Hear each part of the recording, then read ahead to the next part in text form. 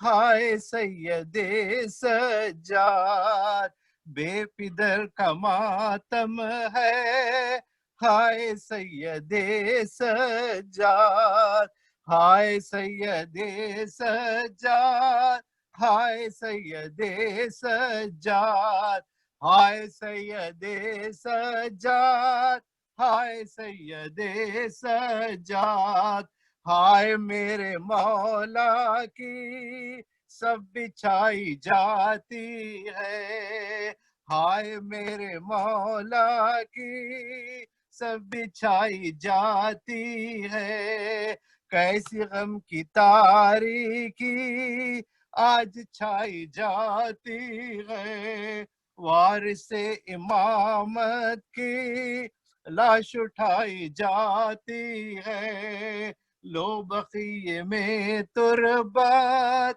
اب بنائی جاتی ہے ہائے سید سجاد ہائے سید سجاد ہائے سید سجاد ہائے سید سجاد تم نے بے پدر ہو کر جھیلی سختیاں عابد منزل تلا تم میں تم تھے سارباں عابد توق اور بیڑی کے رہ گئے نشاں عابد پھر سکون نہیں پایا تم نے نیم جا عابد پر سکون نہیں پایا تم نے نیم جا عابد ہائے سید سجاد ہائے سید سجاد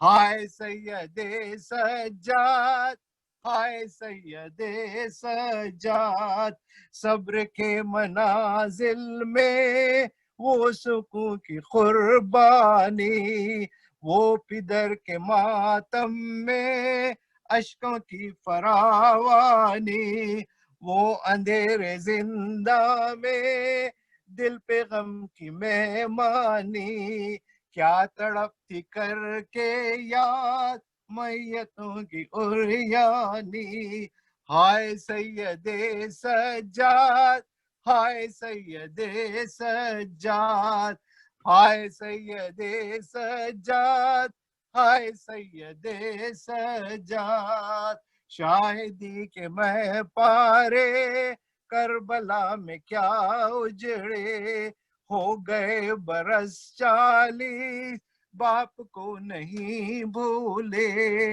زہر دے کے مارا ہے تم ہو خاک پر سوتے ہائے کیا بھرے گھر سے ایک دن میں تھے بچھڑے ہائے سید سجاد ہائے سید سجاد ہائے سید سجاد ہائے سید سجاد اپنے سوگواروں کا لیجئے سلام آقا اپنے سوگواروں کا لیجئے سلام آقا اپنے غم گساروں کا لیجئے سلام آقا اپنے غم گساروں کا لیجئے سلام آقا اپنے رونے والوں کا لیجئے سلام آقا اپنے رونے والوں کا لیجئے سلام آقا اب حجاب شیعوں کا لیجئے سلام آقا ہائے سید سجاد ہائے سید سجاد ہائے سید سجاد ہائے سید سجاد حسین حسین حسین حسین حسین حسین حسین حسین حسین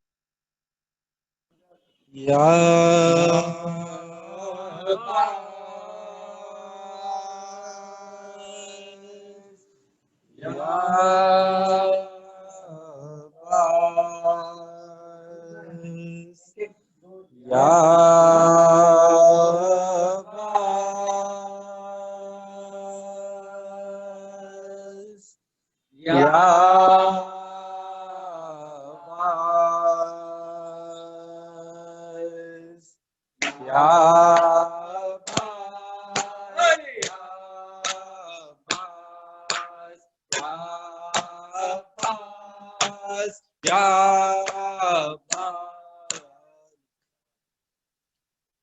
کرب و بلا کے بن میں خدا را یہ کیا ہوا، کرب و بلا کے بن میں خدا را یہ کیا ہوا، آل نبی کا لٹ گیا کنبا یہ کیا ہوا، آل نبی کا لٹ گیا کنبا یہ کیا ہوا،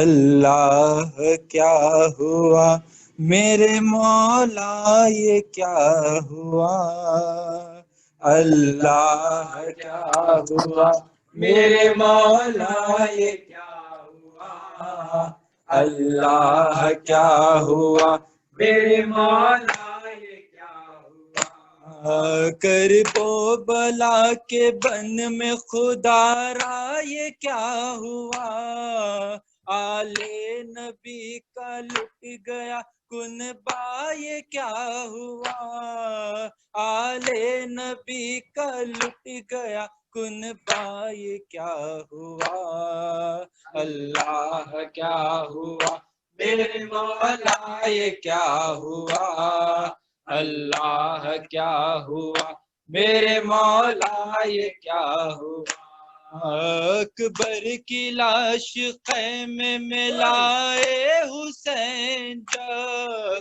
اکبر کی لاش خیمے میں لائے حسین جب، بولی سکینہ میرے بابا یہ کیا ہوا، اللہ کیا ہوا میرے مولا یہ کیا ہوا، اللہ کیا ہوا میرے مولا یہ کیا ہوا، پانی تھا دینا اصغر معصوم کو مگر، پانی تھا دینا اصغر معصوم کو مگر، پیاسے گلے کو تیر سے چھیدا یہ کیا ہوا، اللہ کیا ہوا میرے مولا یہ کیا ہوا، اللہ کیا ہوا میرے مولا یہ کیا ہوا،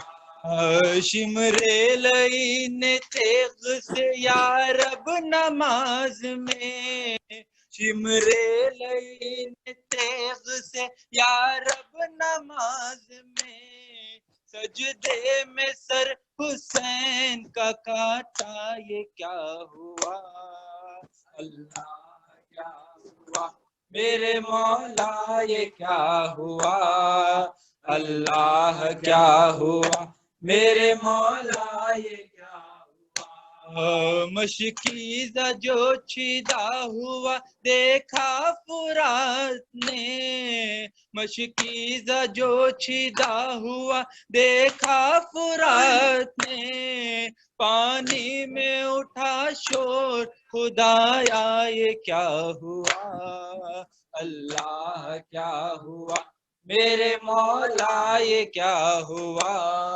اللہ کیا ہوا میرے مولا یہ کیا کر کے اسیر عابد بے کس کو شام تک، کر کے اسیر عابد بے کس کو شام تک، کانٹوں میں ننگے پاؤں چلایا یہ کیا ہوا، اللہ کیا ہوا میرے مولا یہ کیا ہوا، اللہ کیا ہوا میرے مولا یہ کیا ہوا، عباس آ کے دیکھیے دربار شام میں، عباس آ کے دیکھیے دربار شام میں، ہے سربراہ نہ زینب کبریٰ یہ کیا ہوا، اللہ